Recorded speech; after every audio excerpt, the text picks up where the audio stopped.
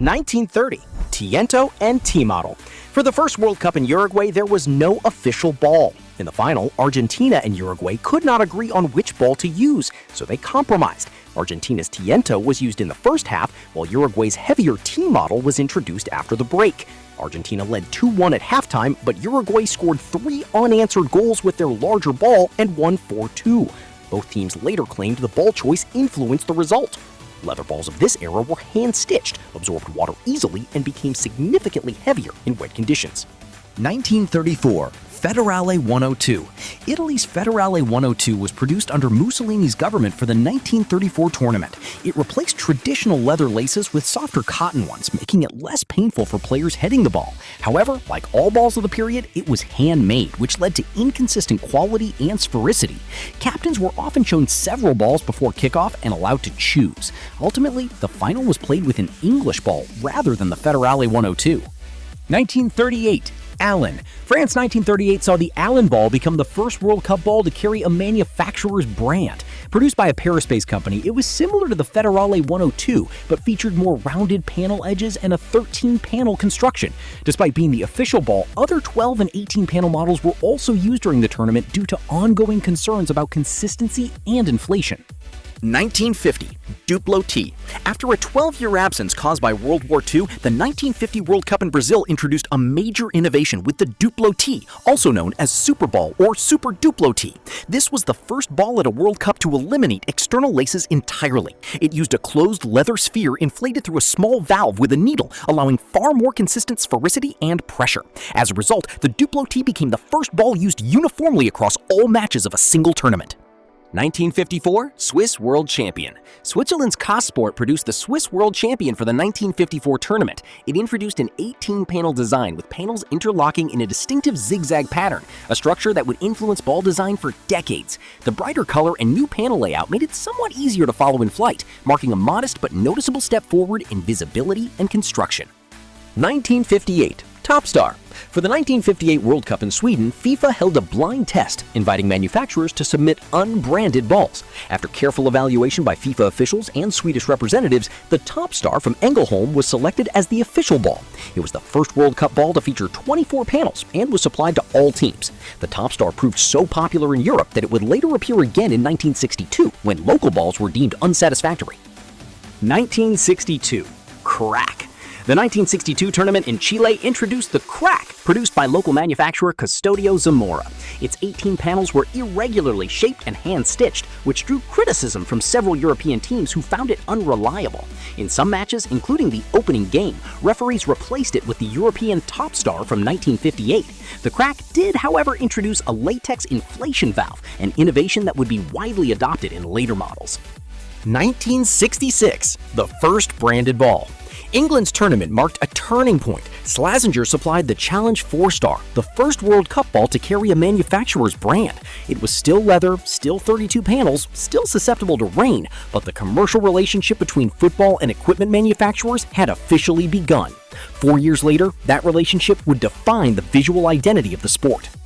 1970, the Telstar. Mexico 1970 gave the world the Telstar, and the Telstar gave football its defining image. The 32-panel black and white design was created partly for television. The black pentagon stood out on monochrome screens and helped viewers track the ball. It worked. The Telstar became so synonymous with football that its pattern is still what most people draw when asked to sketch a ball. Pele's tournament, Pele's ball. The West German tournament featured the Telstar Durlast, a synthetic-coated version that performed better in wet conditions than its predecessor. The real leap came in 1978. Argentina hosted, and Adidas introduced the Tango.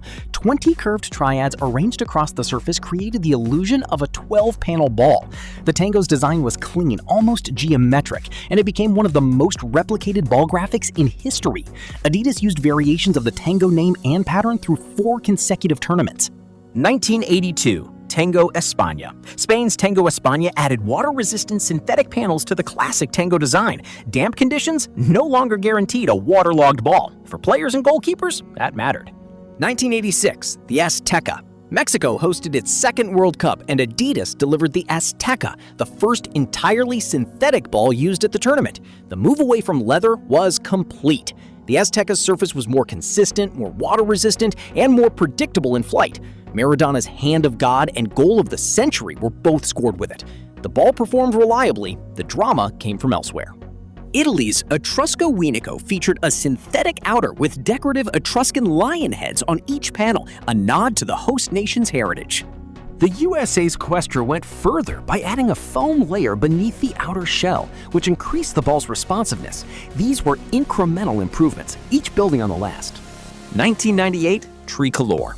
France 1998 gave the world the Tricolore, the first World Cup ball to feature multiple colors. Red, gold, and blue panels reflected the host nation's flag. It was a cosmetic shift as much as a technical one, but it signaled that design was becoming as important as performance in the brief. 2002 Fever Nova. Korea and Japan's joint tournament produced the Fever Nova, and the reaction from goalkeepers and players was immediate. The ball's synthetic foam layers created unpredictable flight paths. Shots dipped and swerved in ways that looked wrong. Several goalkeepers publicly complained during the tournament. Adidas defended the design. The Fever Nova remains one of the most debated balls in the FIFA World Cup ball's history. 2006 Teamgeist. Germany's Teamgeist was a significant engineering shift. 14 thermally bonded panels replaced the traditional stitched construction, producing a rounder ball with a smoother surface. The reduced panel count made it faster and more responsive. Some goalkeepers still found the flight unpredictable, but the Teamgeist was generally better received than its predecessor. 2010 Jabulani. South Africa's Jabulani became genuinely notorious. 8 synthetically bonded panels and a near-perfect sphere produced severe knuckling at high speeds. Goalkeepers hated it. Several high-profile errors in the tournament were attributed directly to the ball's behavior. Adidas's testing data suggested the Jabulani was more accurate than previous balls. The goalkeepers who faced Robert Green's Howler in England's opener against the USA had a different view. 2014 Brazuca. Brazil's Brazuca represented a direct response to the Jabulani backlash. 6 symmetrical propeller-shaped panels tested for over 2.5 years with more than 600 players across 10 countries. The Brazuca was widely praised. Flight was consistent, control was improved, and the tournament produced excellent football. The name, chosen by Brazilian fans through a public vote, means Brazilian way of life. 2018 Telstar 18. Russia's ball brought the Telstar name back and added technology. An NFC chip embedded in the ball allowed fans to interact with exclusive content by tapping their phone against the panel. The pixelated black and white graphic design was a deliberate nod to the original 1970 Telstar. It played well and looked sharp. 2022 Al Rilla.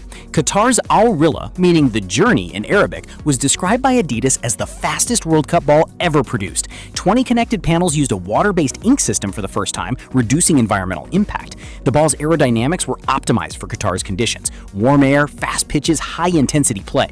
Reviews from players were positive, and the tournament's attacking output suggested the ball did its job.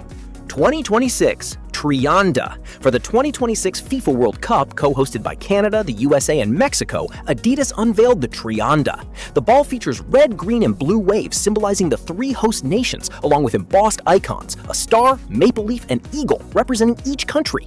It introduces a 4-panel construction for better flight stability and includes a 500 Hz motion sensor that delivers real-time data to the VAR system for quicker decisions.